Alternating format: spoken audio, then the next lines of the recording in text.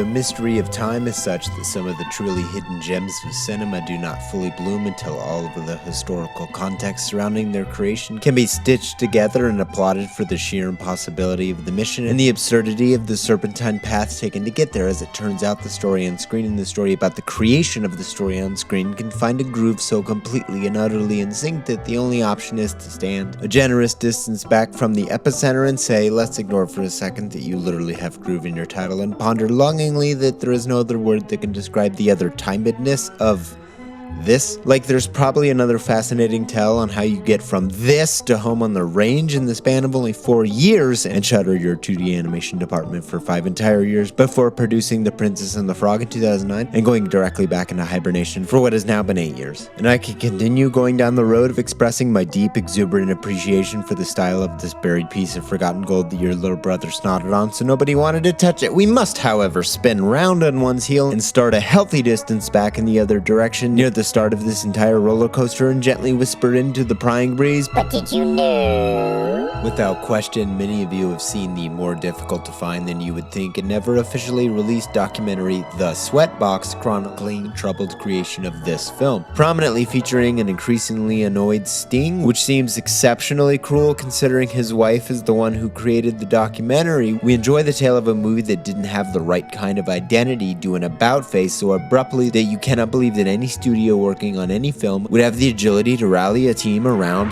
What if instead of like normal everyday adherence to respecting other cultures in the solemnity of our material, we just like pour one out for the Nickelback fans in the back, bro, because we're going to change the tone of our agreeable, harmless passion project about a very specific moment in the historical record into a sarcastic mix of classic slapstick and modern-day sense of comedic rhythm and timing. Let's be very clear here. Gambles like this, i.e. wild changes in tone when most of the cast is already locked in for the tonally other thing, don't generally pay off in anything other than movies like, Catwoman, which is elegantly ironic because one of the best things about this movie is the performance by none other than the late Eartha Kitt, so in the end the only person who got really screwed was Sting.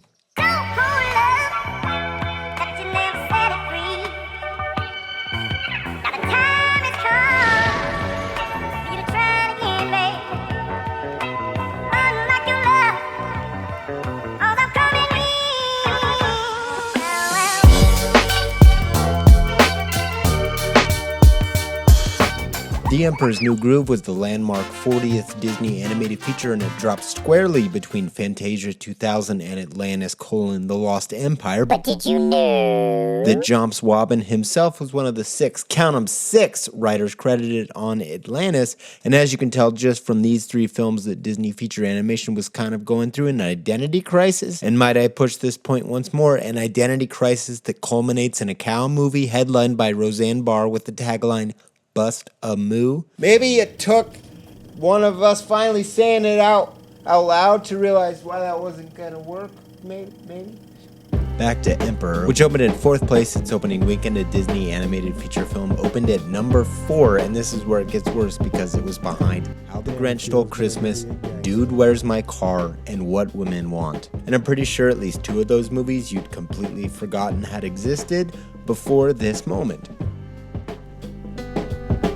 Damn, it feels good to be a gangster. For reference of scale, The Lion King was 6 years before Emperor. Noticeably, from the outset of this production, nobody could seem to get a consensus on what this movie actually was supposed to be. You see, The Emperor's New Groove began life as a movie called Kingdom of the Sun, and the film was conceived by Roger Allers and Matthew Jacobs. Michael Eisner even reportedly, according to Allers, who is defending his own idea, said of the concept, it has all the elements of a classic Disney film.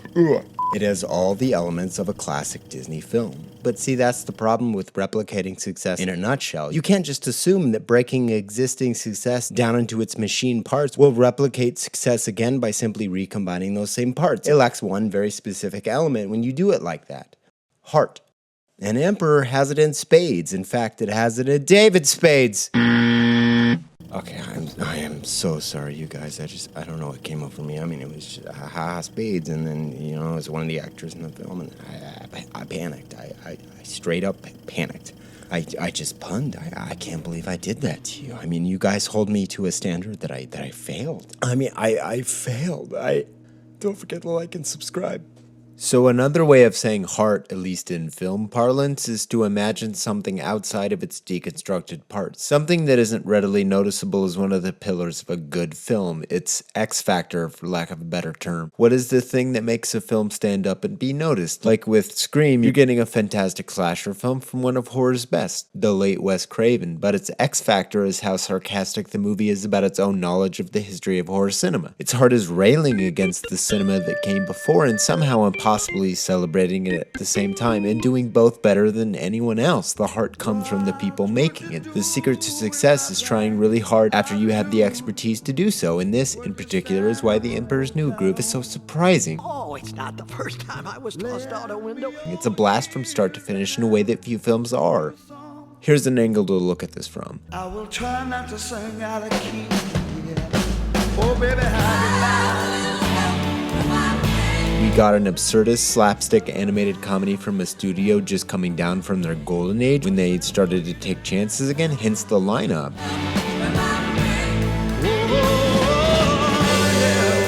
First things first, whoa, this was the 7th to last traditionally animated film that Disney ever made. I mean, both gotta eat, am I right?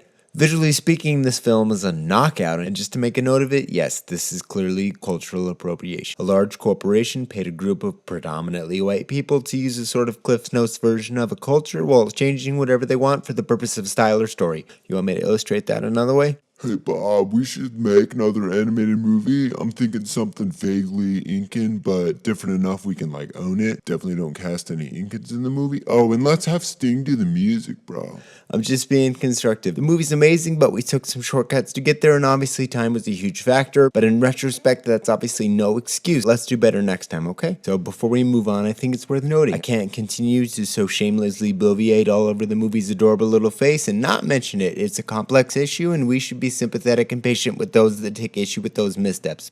Here's the thing, the movie opens up with a Tom Jones song, like Tom Jones from Mars Attacks. That's it, that's all he's known for, and it works for absolutely no reason. Everything is surprising in this movie. I mean, who would have thought that one of the best Disney comedy duos ever was going to be Patrick Warburton and Eartha Kitt? In fact, I'd put Kronk and Yzma up against any of the good Disney villains. Okay, let's talk about the actual plot super fast, like the Flash fast. Also TV Flash, not Justice League Flash, because obviously. Kuzco is a dictatorial menace who builds lavish monuments to himself because as royalty, clearly no one has ever told this person no. An evil sorceress while attempting to poison Emperor Kuzco, only to inadvertently turn him into a llama. Though one that no doubt survives, he teams up with a peasant man who has a wife, 2 kids, and a baby on the way, and someone who Kuzco shows no compassion for is now attempting to ask for the help of this man. Hijinks ensue for the grand majority of the runtime, and incredibly late in the plotline, our POV character grows empathy and compassion and learns only the lesson of not destroying other people's property for the sheer joy of it, while simultaneously destroying Yzma's property for the sheer joy of it. Because at its heart, Emperor is a reverse Beauty and the Beast, only with more David Spade. That's not a good ending. Allow me to move on to story. Emperor Kuzco is a character that on introduction has to give us the impression that he kills with impunity without actually showing us that he kills with impunity, so he throws the old man out a window and makes plans to crush John Goodman's house in front of John Goodman. This dude needs reforming hard, so Yzma turns him into a llama so he can learn the value of not throwing old men out of windows. Okay, even the framework is absurd because this movie is way more about the journey. Put differently, we're never that invested in the plights of the characters. I mean, we care that John Goodman's house and family aren't splat masticated, but that's actively rooting against our main character because he's the one trying to splat masticate it, and we don't really care if he turns back into a human or not because he's 1,000 times more palatable as a llama. Structurally, I think that makes Yzma our hero? What? I mean, she is literally the person responsible for saving John Goodman's house and family, as well as turning Kuzco into a functioning contributor to society. So, like I said, absurdist. I never thought I wanted to see David Spade screaming booyah as he fell over a waterfall, and yet... Booyah! For such a rushed film, this movie did so many things harder than it needed to just for the art of it in a comedy. For example, it made an action sequence take place entirely on a log rotating in water with two characters attached to it. This is the kind of stuff that 3D animated movies do ad nauseum, but in 2D, this is absolutely ludicrous. Think of it like Roger Rabbit's bumping the lamp, and you should definitely check out Captain Christian's video about that very thing because the show is very, very good. I put a link in the doobly-doo. Back to Kuzco as a person, 40 minutes in, at the jump into Act 3, our main character, though Alama, is still our villain. He double-crosses John Goodman again and almost kills them both again, but then he does his impersonation of Alama with 1,000 bats in his mouth. That's my next album, by the way. Also, Chris really missed his calling for the premier spot of the mid-90s boy band Album Rock guy because, dude, he nailed it. Thanks, Chris, for the assist.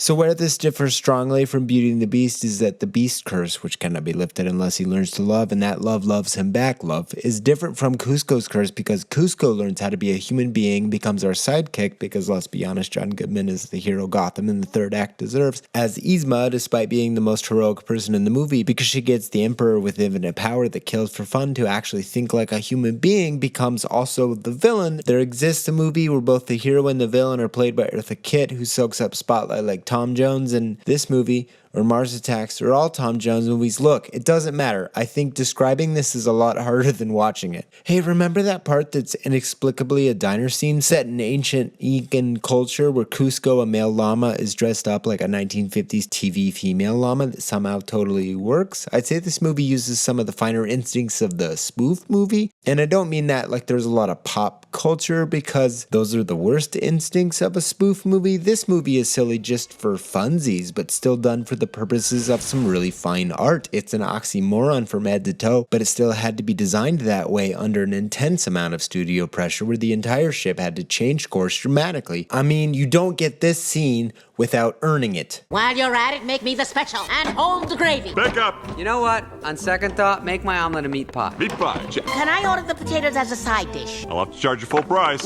Hey, how about a side of potatoes, my buddy? You got it. One cheese on those potatoes. Cheddar will be fine. Cheddar spuds coming up. Buds, yes. Cheese, no. Hold the cheese. No, I want the cheese. Cheese it is. Cheese, me no likey. Here's a deep philosophical question. Is a sentient cat who happens to be the current villain's current form falling hundreds of stories onto a trampoline the funniest thing ever? I think the answer is probably yes. I just can't stop laughing about a cat falling off a building onto a trampoline. Oh my god, that's a real thing! This show is canceled. I am Trampoline Cat Videos with Mikey now. Damn, it feels good to be a gangster.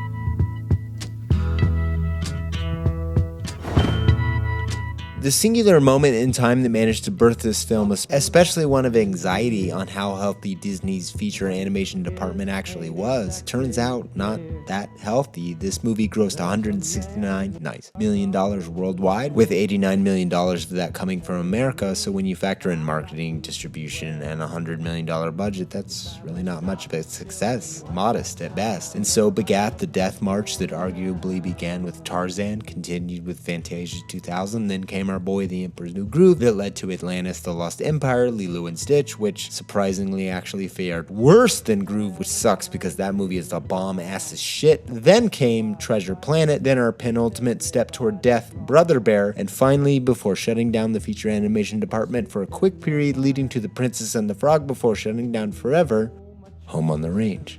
And that's frustrating because there's some awesome films in there and they're doing something amazing, but that something was being different and unexpected. They lost our trust for a bit there, and their biggest successes, unfortunately, were the least creative and different. The Emperor's New Groove was a timeless, goofy tale about friendship with dry, acerbic wit, while Lilo and Stitch was a beautiful, meditative Hawaiian Disney film about family before that other beautiful, meditative Hawaiian Disney movie about responsibility. And Treasure Planet is neat as hell from a design perspective, but we live in a world where mainstream traditional animation doesn't see the light of day very often anymore, and I'm lamenting that, though I accept the reasoning. Traditionally, animated movies as a business are made for kids, and 3D animation, for whatever it's worth, took over the spot from 2D because kids do seem to prefer 3D animation, or at the very least the people paying for them to see the movie. And in lieu of being another video on the internet telling you to feel bad that art is gone, hey, animation like that isn't coming back in any meaningful way. I mean, somebody's got to say it. I think the craftsmanship is still there, and a movie like Big Hero 6. But honestly, when you can do anything, stuff starts to mean a little less. Like, we've seen a freaking city get destroyed as third act tension, and I can't tell you how many movies now. 3,614, just to throw out a number. Here's a thought. If you're going to try and use city destroying mayhem as your third act apocalypse melange, then perhaps consider, in lieu of making the mostly off-screen deaths of thousands of non-developed faceless NPCs that get mowed down to appease the god of raising stakes, maybe consider making the city a character. Adding nameless deaths just to show off what your special effects can do wasn't really all that effective of a film technique to begin with, but definitely isn't effective now. Apologies for the rant, but audiences don't care about artificially propped up stakes. Like, this is obviously stupid, but I'm illustrating a point. Think of it this way. Imagine if a monster tried to destroy Japan in Lost in Translation, or an Ultron boy attacking Paris at the end of Midnight in Paris. Do you see what I mean? If you make the city a character in your story, the stakes are already there when you start blowing it up. Only this time I would actually care. But no city gets blown up at the end of Cusco-topia. They just end up swimming. I illustrate the city exploding point because it does matter to this conversation. Things go extinct and business moves in the direction it moves in. I accept and understand this fact, but there's maybe nothing stopping me from saying, we lost this. Yay, I'm a llama again! And we gained this.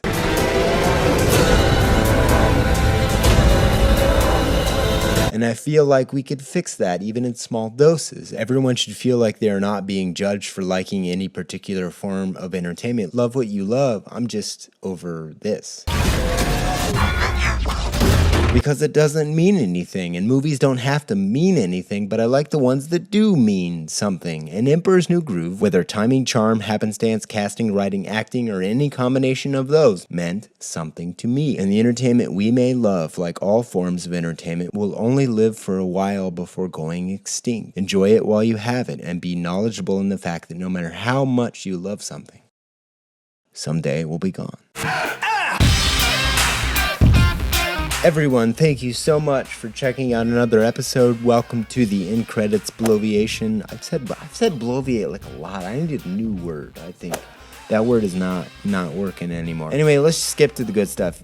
Please like this video. It helps a lot. We're still trying to grow the channel. We're still pretty small, so anything helps. Subscribe if you haven't already, especially if you like my content. If you hate me, subscribe. Just hate subscribe. It's fine. Under the votes, I thought it would be fun this time to really do sort of the Hall of Fame of losers. Here we go. These are the all-time biggest losers for vote on Movies of Mikey. We got Guardians of the Galaxy, Creed, and Jarhead. All right, that'll do it for me. Keep your heads high, friends.